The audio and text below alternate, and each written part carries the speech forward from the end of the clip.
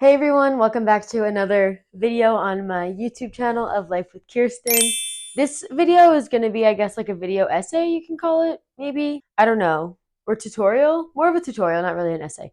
But anyways, since I've gone to Puerto Rico and gained a little bit more attraction on my travel pages and my travel life, I've had actually a few more people reach out to me asking, like, do I put trips together? Like, is that what I do for my job? So just to clarify on that, no, I am not professionally a travel agent or a trip planner or anything like that. It's something that I just do on my own for fun, that I love to do and that I enjoy doing. I did, however, just accept a position in a travel company, but I will be a travel counselor. So think of it as like, I'll be like a leader on trips for teenagers and then I'll be going with them. So I don't do any of the planning. So that's that. So yeah, all of my planning I just do on my own, obviously with friends that are going on the trips with me. But let's just get into it. Let me tell you and show you how I do this, the steps I take, and then how I kind of organize everything. First things first, I have Google Docs and I make a document about like almost everything, okay? So also for this video, I'll be referencing my Puerto Rico trip, okay? So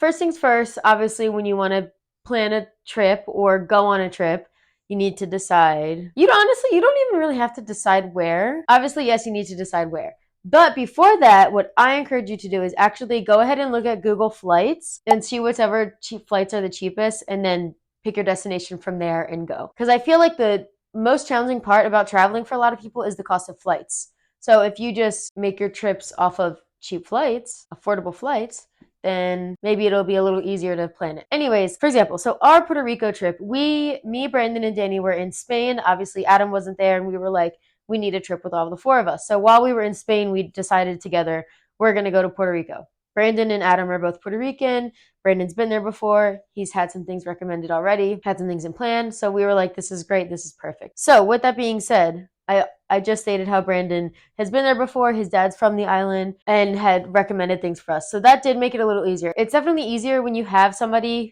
another person who can literally tell you, this is what I did and it was great. This is what you should do. But if you don't, this is when you can resort to other things. So anyways, when I start planning something, I initially get, as soon as I know the destination, boom, I'm opening a Google Doc. I use a template that was, I think, already on Google Docs as like a travel brochure. I just turned it into more of a travel guide. So mine first page is just travel plans / goals 2024. And then I put Puerto Rico and I put the dates. So ours were January 17th to the 22nd. And I like to include a little picture because I think it's cute. Great. We have our location picked out. That's awesome. How are we getting there? Okay. Transportation. Once we all had gotten our flights, which we tracked using Google Flights and Hopper to follow them for like the cheapest. Once we got our flights, I had everybody screenshot or send me their confirmation with just their information. And I put, me and Adam were on the same flight. So I put Adam and Kier, there's our two flights. And then I put Brandon's information. And then I put Danny's information. After that, other transportation we needed was rental car that we were going to have throughout the island. So I also did that. I was the one to book it. So I screenshot my booking confirmation for the rental car, and which this was literally just like priceline.com. And so we booked that. And then, yeah, I put the confirmation there so that we had that and that was good to go. So how I found the rental car, actually Brandon found this, but not really a method to it. I think he just looked up rental cars in Puerto Rico, and or maybe his dad might have sent this again, but yeah, it was just like priceline.com. Any one of your typical rental cars that you're going to get from the airport or shuttle to from the airport. So next was accommodations. Actually, now that I'm looking at this, it did have to change a little bit, and that's not on here. But so next was accommodations. So originally we had actually planned to stay with one of Brandon's family members for the first 3 nights, and then the resort the last 2 nights. But actually, she ended up having to work, and so we ended up getting an Airbnb, which isn't in here, but I digress. So obviously, if we were going to stay with her, that's pretty easy. I made a little calendar schedule here with like night 1, night 2, night 3, night 4, night 5, just to separate like this is where we're staying, this is what we're doing. And I make these little calendars, or I make these just using Google Sheets, and then you can copy and paste it really easily. I think Google Sheets is pretty easy to navigate if you just kind of mess around with the different things. I don't use anything, like I don't use any crazy codes. I just color different things to separate it and have organization. But that's really it. And I think it's really simple and easy to follow. And it gives you a good layout and a visual rather than like having so many just words of like, or a list. So again, this was really easy because the resort that we were staying at was recommended by Brandon's dad. So, and Brandon stayed here before when he was like 12.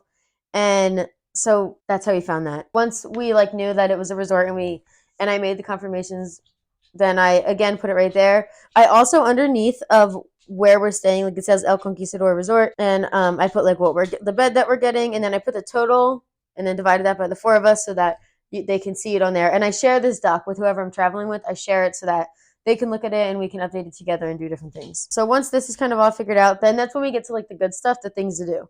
So first, I really just kind of start with a list of things I find, and the way I find this, I feel like this is probably what most people are wondering. I literally just go on TikTok, or the most recent thing that I've done is joined Facebook pages. So like I knew we were going to Puerto Rico, so I joined Puerto Rico Facebook pages, just like travel Puerto Rico, visit Puerto Rico, things like that. And I just see what other people are recommending. Good thing about those sort of things too is you'll have a lot of locals on there who are like, welcome to our island. This is what you should do. This is what we recommend. Like, and most of them are really sweet on there. And they, obviously they want you to see the greatness of their destination, so they're sharing what they want you to go do and what they want you to go see. So that's a good one. But besides that, other than the Facebook groups, I do a lot of digging on like TikTok and Instagram. It's really, really so accessible to just hop on any social media platform and be given a list of things to do in a destination. It's like kind of crazy the amount of things there are to do at like different places and how many people share different things.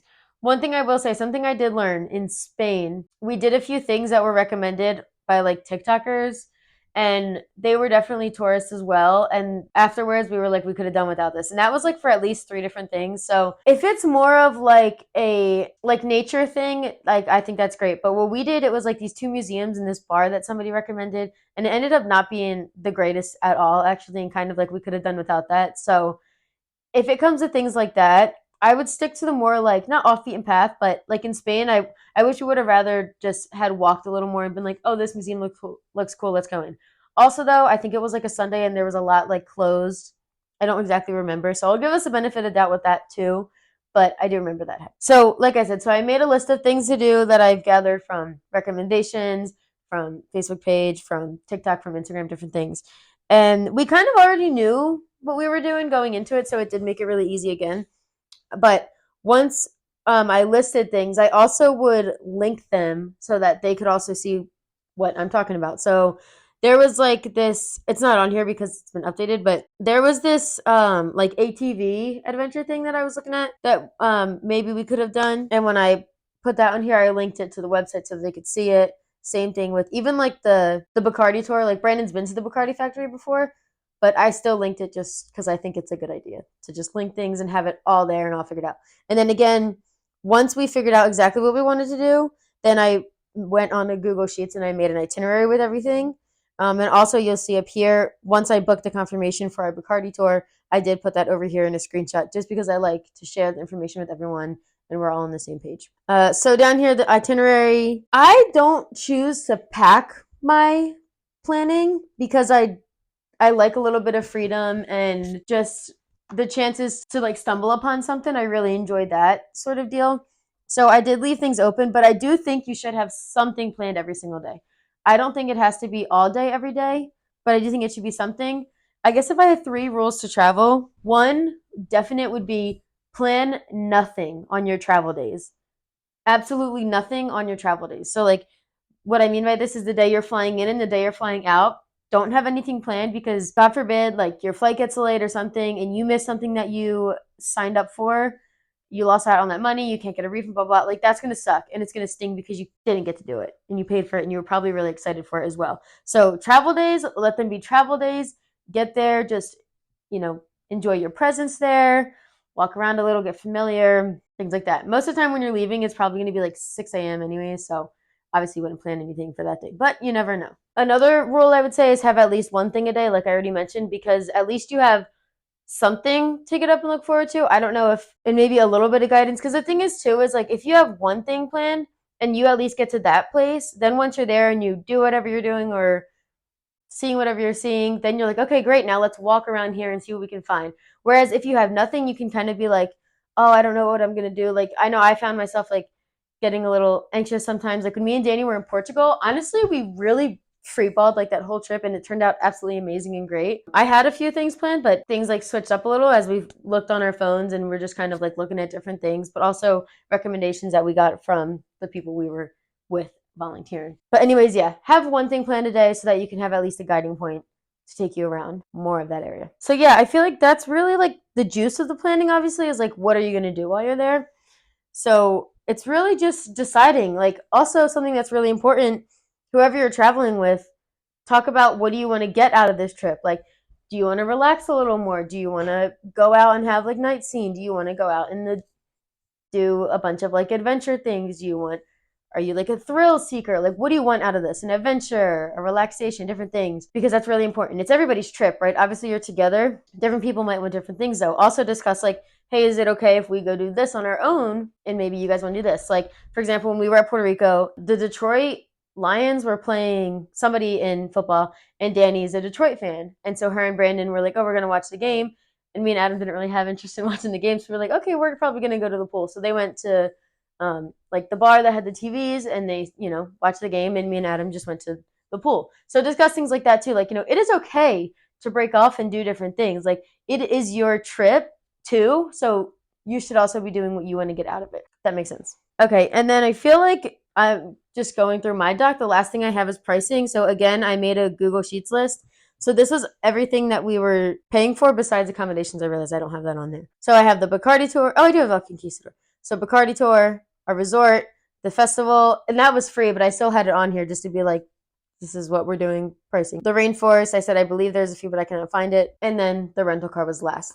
So yeah, I hope that made sense. I will say this was really easy because I had recommendations, but I personally think that is the best way you can get information is from other people. That's the best way I find things, because just, I don't know, you just get like a better expression than watching that from TikTok. Like I said, when I was in Spain and we did those few things that we found on TikTok, they weren't the greatest and we could have done without them. Rather than if I would have talked to somebody that's been to Spain and got recommendations from them, I'm sure it would have worked out a lot better. So that would be another biggest recommendation of mine is find people who's been to the destination before and just ask them like, hey, what did you do there?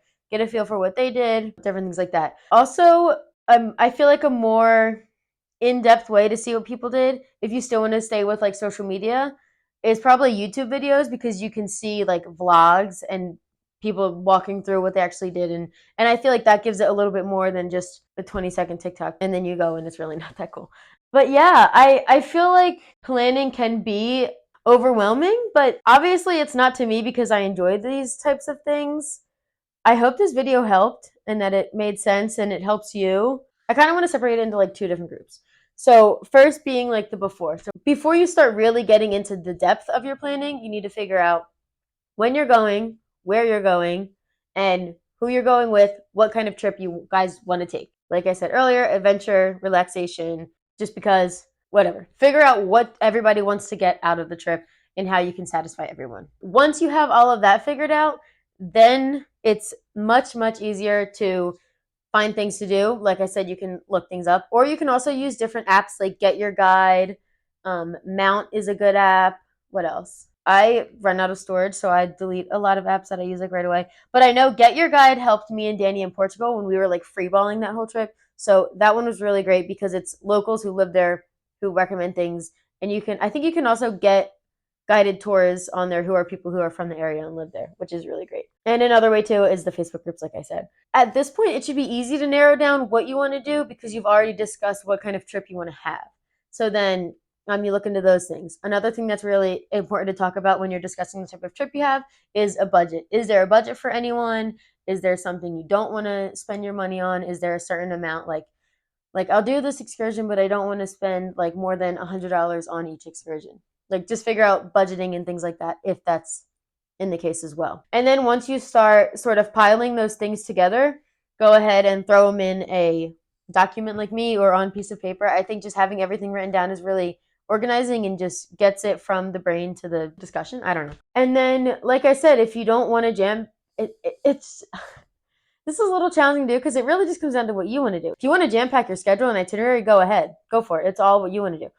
But if not, maybe choose one thing to do. Maybe choose one thing in the morning, one thing in the afternoon, and one thing at night. Something I will say is I never really plan restaurants. That's always whatever around me, that's where I'm going to go. So, yeah, that's another suggestion I have as well. I think that's everything. It really comes down to what type of trip you want, and then that makes it easy to knock out things you do want to do and things you don't want to do. Something that is really important is that when you are looking up things you want to do, make sure if you need to book a ticket, you book it like way in advance, because like never show up and be like, I can get my ticket today, because it most likely won't work out in a lot of situations, especially if it's like a big attraction. For example, me and Veronica are going on a road trip in April, and we wanted to go to the Wave in Arizona, and we realized you need a like lottery for it or like something months in advance. So we were like, well, that is so sad. So we probably won't be able to do the Wave. So just different things like that. But there's so much other things to do. One thing I will say is don't have too, like, don't overdo it. Like, have to do this, have to do that, have to do that, because that might set you up for failure. But yeah, this is really how I plan things. So I don't know if this helped, because it is a little different for every trip, but sort of the basics, like the same lineup of like that same template that I use, same thing. I'm actually going to pull up Portugal and Spain right now.